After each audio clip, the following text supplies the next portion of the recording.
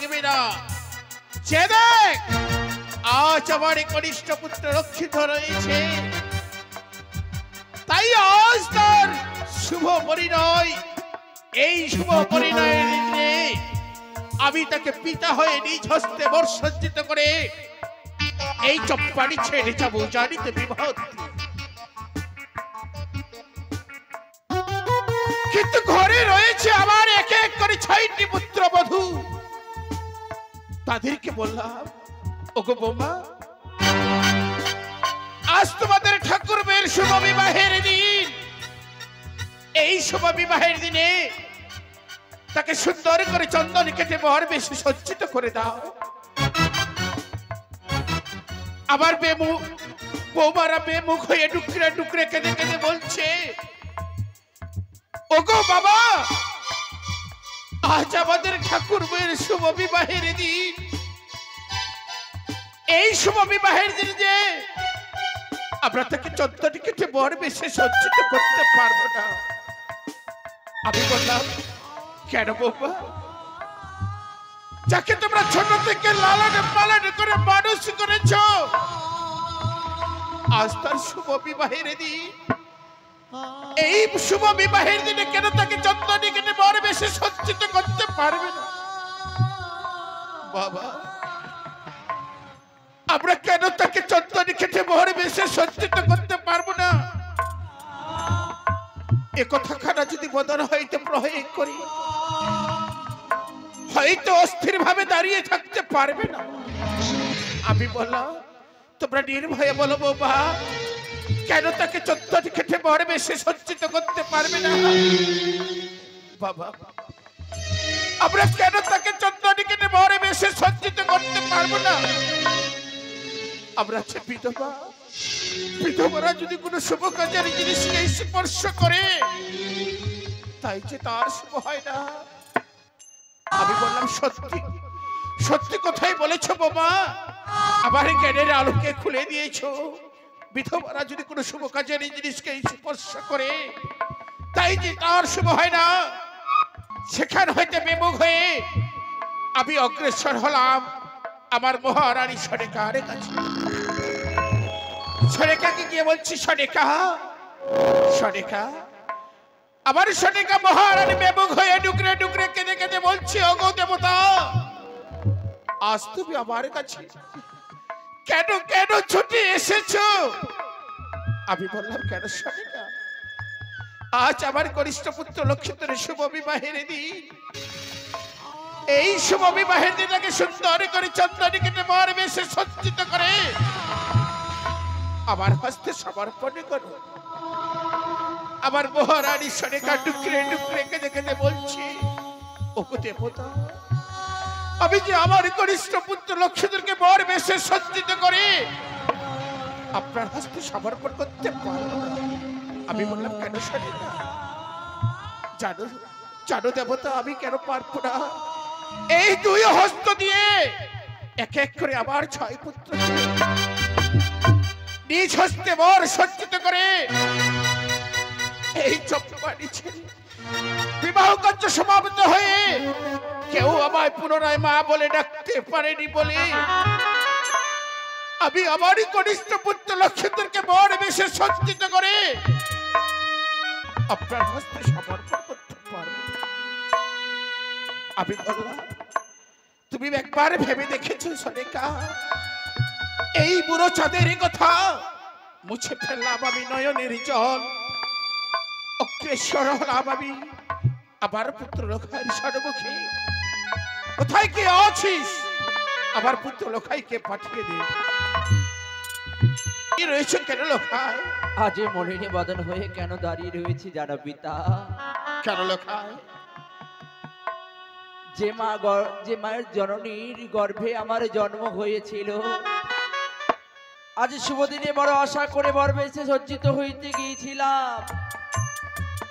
সে মা জননী যে আমায় বহিমুখ হয়ে বলল, লখাই রে, আমি তোকে বর বেশে সজ্জিত করে দিতে পারবো না। এ কি বলছিস লোখাই? তারপরে গিয়েছিলাম মাতৃ পূজারী বৌঠানদের কাছে, যাদের প্রত্যেক দিনে আমি পুজো অর্চনা করি, যাদেরকে দেবীর চোখে দেখি। তারাও পিতা আজ বইমুখ হয়ে গেলে তবে লোকে আমি বড় বেশে সজ্জিত হতে পারবো না পিতা। তাহলে তোর বউ ঠান্ডা পর্যন্ত তোকে বড় বেশি সজ্জিত করে দিতে পারিনি? না পিতা না, ওরে লোখাই তারাও বইমুখ হয়ে গেছে পিতা। আমি যদি তোকে পিতা হয়ে নিজ হস্তে বড় সজ্জিত করে দিই, হ্যাঁ তুই বড় বেশি সজ্জিত হবি না? হ্যাঁ পিতা হব, আমি তোমার হস্তে বড় বেশি সজ্জিত হব। কথাই বলেছে পিতা স্বর্গ পিতা ধর্ম পিতাই পরম তপ, প্রীতিমা পণ্যে প্রিয়ন্তে স্বর্গ দেবতা। বেশ, এই বাণী যদি সত্য হয়ে থাকে পিতা, দাও দাও আজ তোমার অধম লখাইকে আজ বড় বেশে সজ্জিত করে দাও। বেশ, যদি তাই হয় তুমি মন স্থির করে আমার সম্মুখে দাঁড়াও, আমি তোকে পিতা হয়ে বড় বেশি সজ্জিত করবো লোখাই। যেমনি ভাবে তোর এক এক করে ছয় দাদাকে নিজ হস্তে বড় সজ্জিত করেছিলাম, তেমনি ভাবে আজ তোকে আমি নিজ হস্তে বড় সজ্জিত করবো লোখাই। তাই হবে পিতা, তাই হবে। বেশ, আমি তাই করছি লোখাই। বেশ, আমি তাই করছি লোখাই। চলো রে বাবে লোখাই,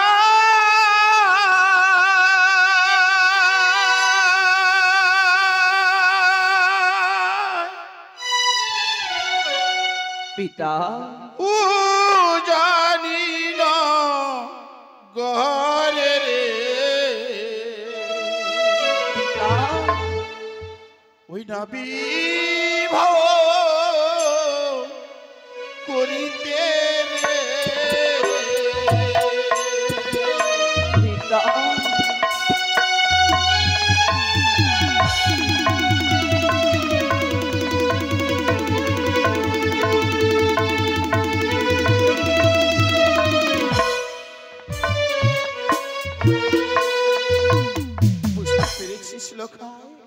আমি তোকে বিবাহ দিতে নিয়ে যাবো ওই উজানি নগরী। উজানি নগরী? হ্যাঁ। তাহলে আর বিলম্ব কেন পিতা? কিন্তু তোকে আমি সর্বপ্রথমে কি পরিধান করে বর বেশি সজ্জিত করবো জানিস লোখাই? কি গো? চেয়ে দেখ, এই তোর নয়নের সম্মুখে রয়েছে সোলার মুকুট। হ্যাঁ হ্যাঁ, এই সোলার মুকুট তোর বস্তুকে পরিধান করে আমি তোকে বর বেশি সজ্জিত করবো লোখাই। তাই হবে পিতা, আমি তাই করছি। এবারে মুকুটি পর ওরে বাপে লখা,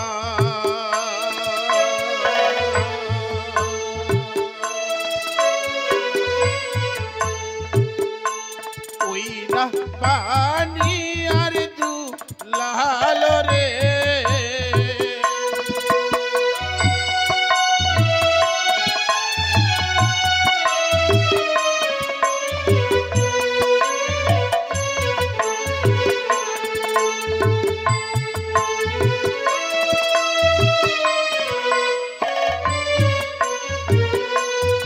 এবার মুকুট পর ওরে বাপ লখা,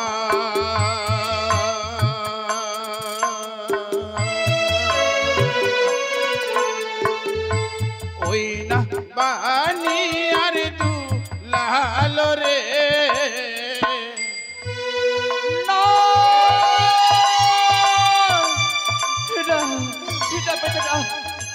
আমি পরিধান করতে পারবো না পিতা। একে বলছিস লোখাই? আমায় মুকুটি না পরায় ও গো পিতা সদাগা,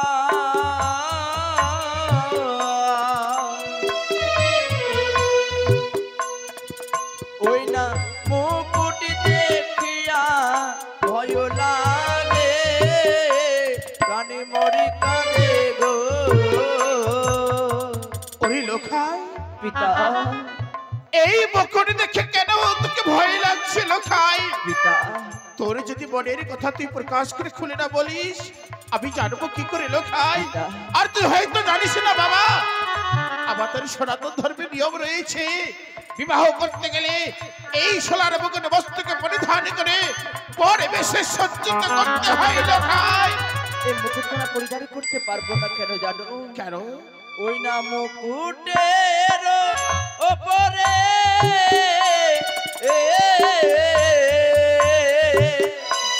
লক্ষাই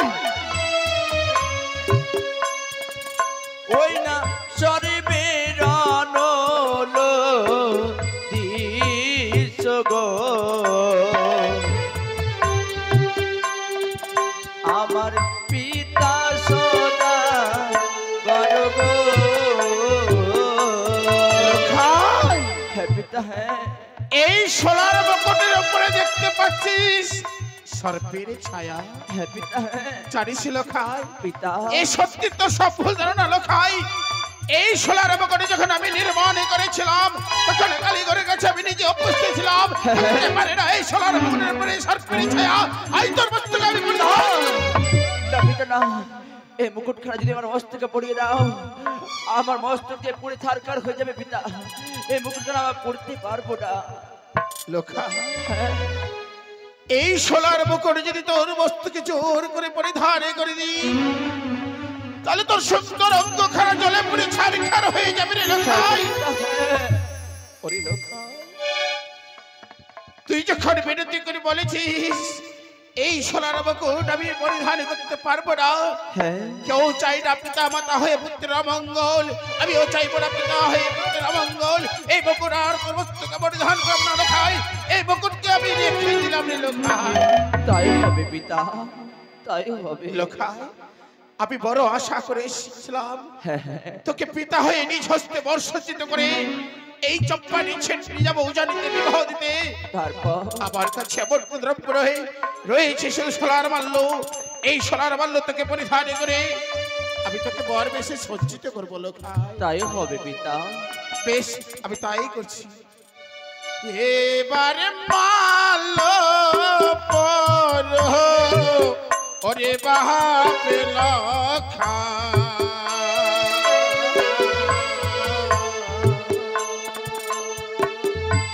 ওই না বানি আর দু লালো রে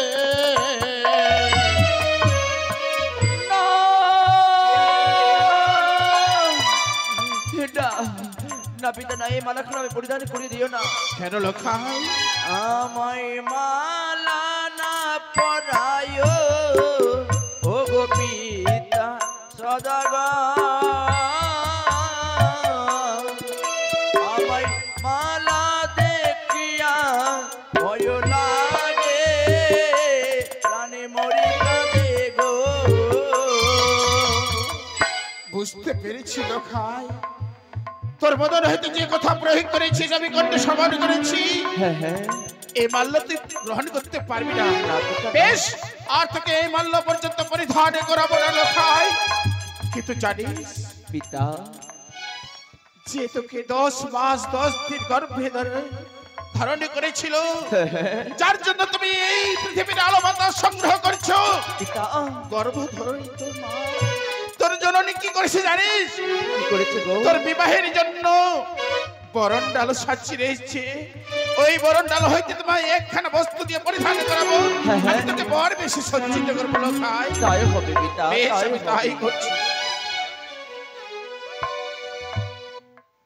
এবারে চন্দন পর ওরে বাপ লক্ষা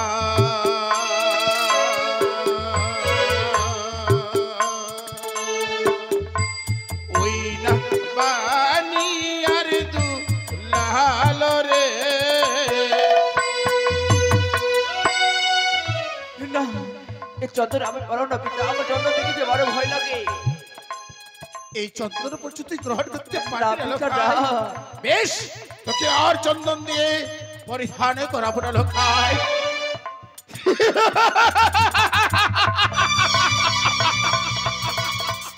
ওরে ওরে পাতালবাসিনী সেজবাসিনী আমার হস্তে নেই মা চন্দ্রিকার হেমতাল দৃষ্টি বলে আজ পুত্র লক্ষার শুভ বিবাহের দিন এসেছিলাম বড় আশা করে পিতা হয়ে থেকে নিজ হস্তে বর্ষজ্জিত করে এই চক্র নিজের নিজাব উজানিতে বিবাহ দিতে তাই মাল্য বকুট পুরে করেছিস সর্পের ছায়া।